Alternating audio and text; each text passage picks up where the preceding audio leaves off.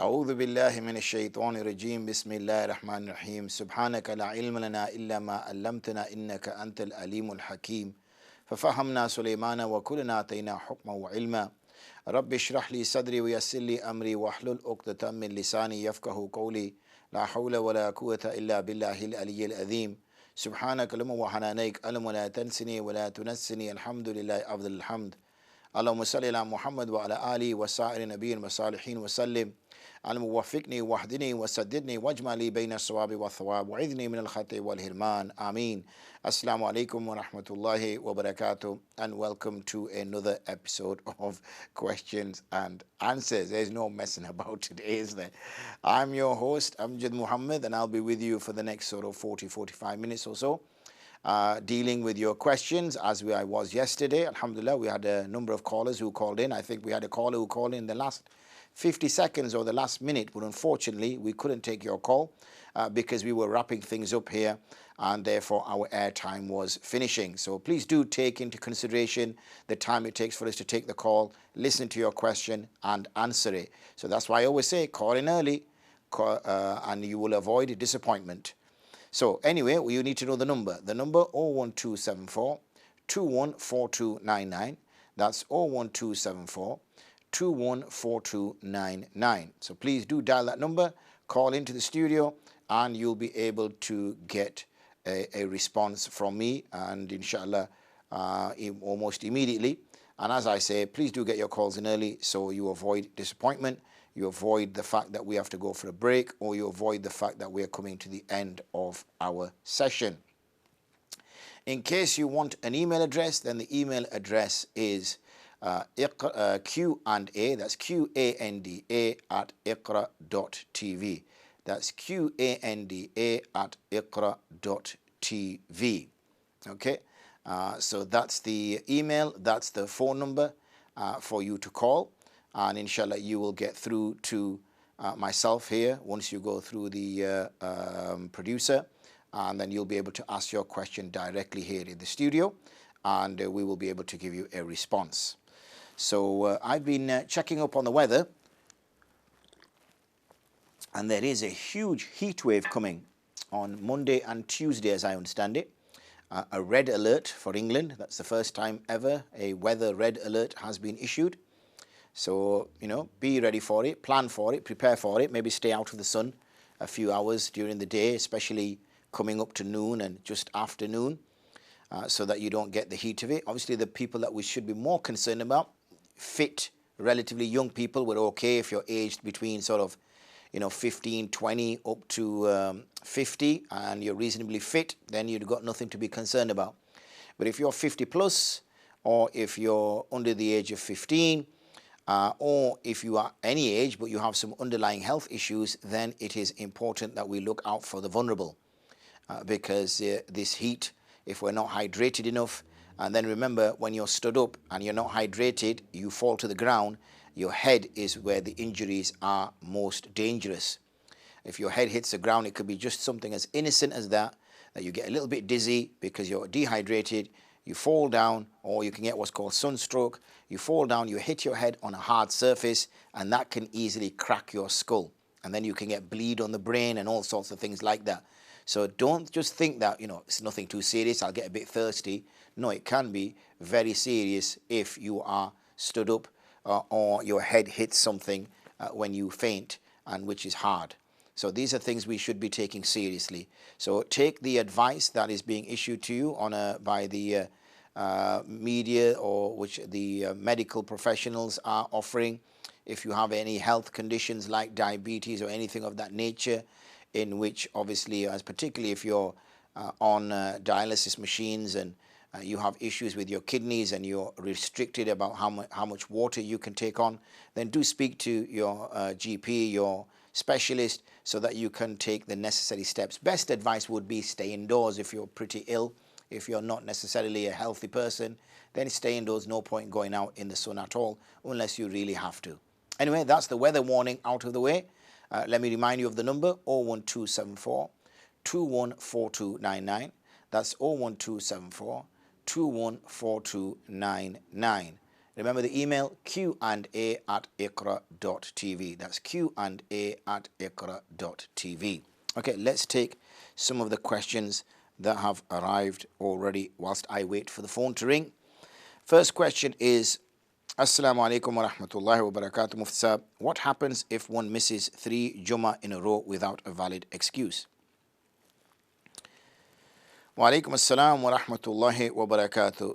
It is a serious matter to miss Jummah Salah. If you look at the word, Jummah, it comes with the root letters of Jim, Mim, and Ain.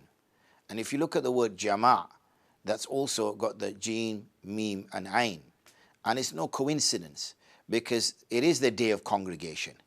It is the day of all days that if for whatever reason you live too far from the masjid, or there's no, your work is such that you cannot pray Salah in the masjid through the week, then the one day that everyone should alter their timetables, alter their working patterns in order to get to the masjid is on Yawmul Jummah for Jummah Salah. There is a narration which speaks about a person who misses 3 Jummah in a row, that his heart will be sealed, meaning that this can take a person towards hypocrisy. It can take a person towards not having that zeal or eagerness towards the deen. And this is a very serious matter. Taking one's act of worship, especially something which has been commanded, and then, for instance, missing it 3 times and 3 times consecutively, clearly shows how seriously we take this particular worship.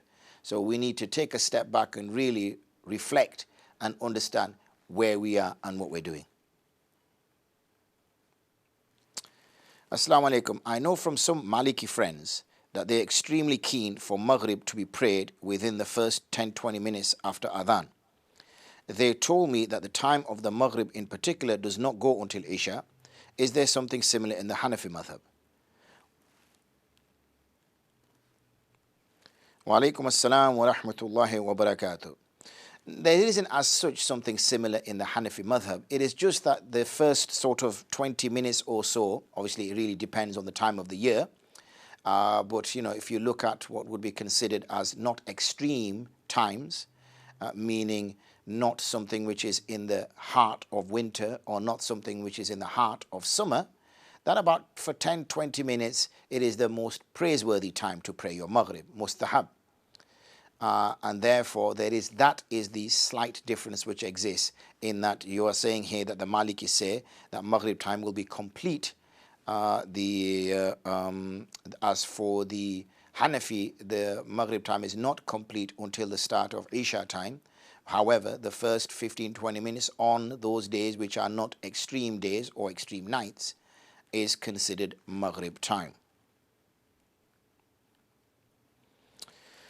Assalamu alaikum. After Adhan, I have come across various du'as with slight variations. Can you please notify me of the most appropriate, easiest and authentic du'a after Adhan? Okay. So the dua, cancel that.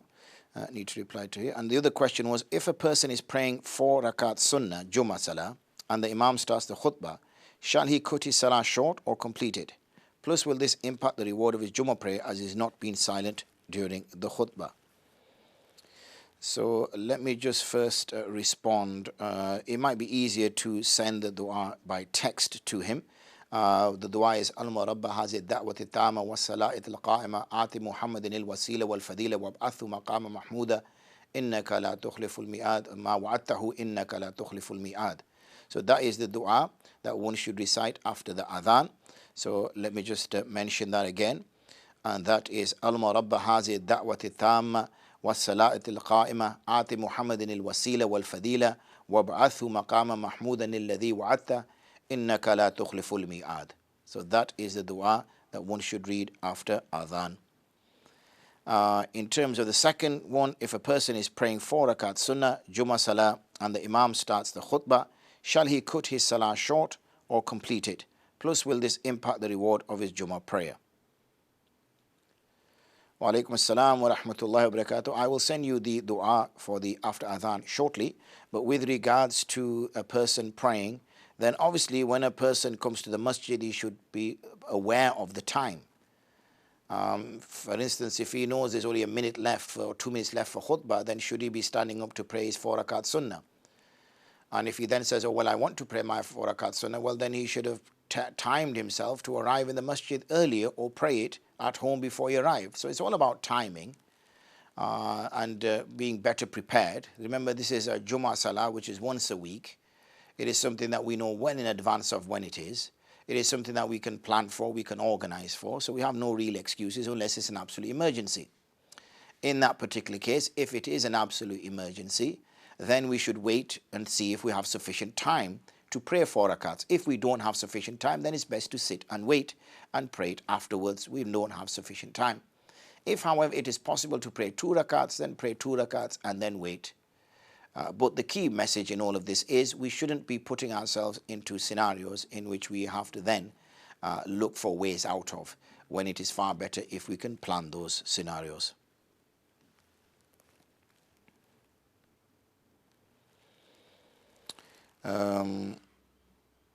Next one is on the sisters group, and we have a few minutes left, ladies and gentlemen. And as we have a few minutes left, ladies and gentlemen, please do call in on 01274 214299. That is 01274 214299. Let me repeat, 01274 214299. Email is q&a@iqra.tv. So the question that I have here is, Salam Mufsab, I apologize for the confusion. What I was trying to ask was, if a hair dye is used and the ingredients are unknown, did ring the company but was not able to tell me if any animal ingredients are used, and once the hair dye was used after washing the water, dripping from hair was colored water, is it okay to pray Salah in this situation? Also, when I asked the company if alcohol-free, she said, no, it's not. There is isopropyl alcohol and cetyl alcohol, and both are not denatured. If it's not been denatured, would this have been okay to use? I hope the question makes sense and are clear. When I never get answers from a company, I went ahead and got used to used the hair dye, thinking I'm going to wash it out anyway. Did not realize after washing numerous times the water dripping from the hair would still be colored. Wa alaikum assalam wa rahmatullahi wa barakatuh. As I said, dear sister, in my earlier response, that once you apply the hair dye, no matter what washes out from the hair dye, originally the dye will associate itself with your hair. So the greater issue is that, if it is najis, it is linked to your hair, not the bit that's washing out, but the bit that's in your hair. And you cannot put something which is impure in your hair, even if it is for an hour or 2 hours. That was the issue I was saying. Anyway, that aside, because these 2 types of alcohol you've mentioned are not considered as impure, these are not ethanol-based alcohols, and they are not those which come from grapes or dates or anything of that nature, so they will be permissible to use. So there's no issue there. I would not believe that normal day-to-day dyes of this nature, which are made and sold in Europe, would have anything that would be considered as impure. The only thing would have been alcohol, but that alcohol is synthetic alcohol. It is not alcohol which is brought through the fermentation process of grapes and dates. So I don't think there is anything to be concerned of. If, however, you do ring a company and you do not get details, then it's best not to buy that thing. That's generally, not on this issue, but generally speaking. That if you find something which you're unsure of, there is no sign on it, there are no clear ingredients on it, and you are not sure as to whether this is something that is permissible for you to use or not use, then don't use. We can live without hair dye, and there are many other alternatives. If, however, you can, so don't buy the item, make note of the details, make note of the number, and then go back home or whatever, make a phone call or send an email and wait until you get the response. If you don't get the response, then buy an alternative. We've made life such that, these are like necessities. These are not necessities. Necessities are those things which obviously will either, give us a better form of life, a better type of life, longevity of our life, or something which will keep us alive. Those are things which are necessary, and then we can be a little bit more casual, for want of a better phrase. We can be a little bit more easygoing when it comes to those matters. But hair dye is no here nor there. It's not going to change the world. So therefore, we should, take that approach that I advised. Jazakumullah khair. So that deals with that question as well, alhamdulillah. So that's all those questions done, both in the ladies group and on the gents group. So mashallah, we have a minute to spare, so don't call in now. We'll be a bit, well, maybe a little bit longer than a minute to spare, just over a minute to spare. So if you do want to call, go on then. We'll just give you a special chance. If you call in the next 15 seconds, we will take your call. Okay, and when we take your call, you'll have just enough time to give us your question. We will then go off air and answer your question after the break. But guess what? Whilst I've been talking, 12 seconds has gone and I can't hear the phone ringing. Nope. So we've got another 15 seconds gone. So I don't think it's advisable now for you to call because we are going to go for a short break, inshallah. Please do call after the break. You know, we will be here for another quarter of an hour or so, 20 minutes or so. So rest assured that, inshallah, we will be able to deal with your queries. And as I said, the Q&A email is 24 hours, 7 days a week. Drop your email in there, qa@iqra.tv, and we will be able to take that question from there and answer that for you as well. So it is the last day of Q&A till next week. We have about, as I said, a quarter of an hour or just over a quarter of an hour after our break. So please do take benefit of it. Please do, you know, we had that little panic, didn't we, yesterday, where I gave the notice, and then the second period we had phone call after phone call, and then, you know, one person we had to actually drop, unfortunately, because we didn't have any time to take that matter forward. Anyway, that said, I'm not sure how many seconds we have left now. That's the exciting thing, you see. You just don't know what's going on sometimes, and that's you know, that's the fun of it all. If everything was so easily laid out and predictive, then I guess life would become dull and boring. But when you hear somebody shout in your ear, then you think, that was the wisdom I was after, and the wisdom is here. See you shortly.